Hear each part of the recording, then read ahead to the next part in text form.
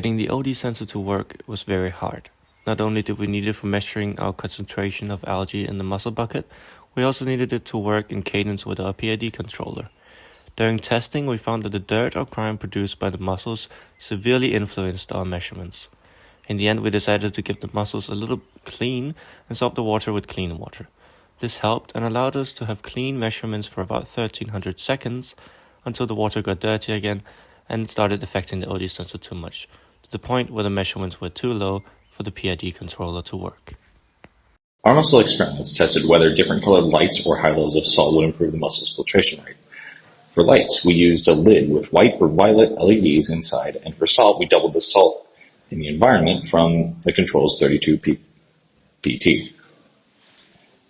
The mussels exposed to violet light performed similar to the control, while the ones exposed to white light performed incredibly well. Sadly, we only had a single lid for each color. Because of the scarcity of experimental data, here it would be best to take the results with a grain of salt. As for the salinity experiment, somewhat predictably, mussels did not filter algae.